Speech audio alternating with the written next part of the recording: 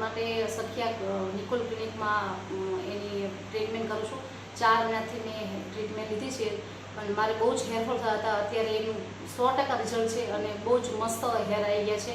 અને અહીંયાનો સ્ટાફે બહુ જ સરસ છે અને સાહેબનો નેચર બહુ સરસ છે। અને કોઈ પણને હેરફોલ થતું હોય તો એક વખત 100% સખિયા ક્લિનિકનું તમે વિઝિટ કરજો, બહુ મસ્ત રિઝલ્ટ છે।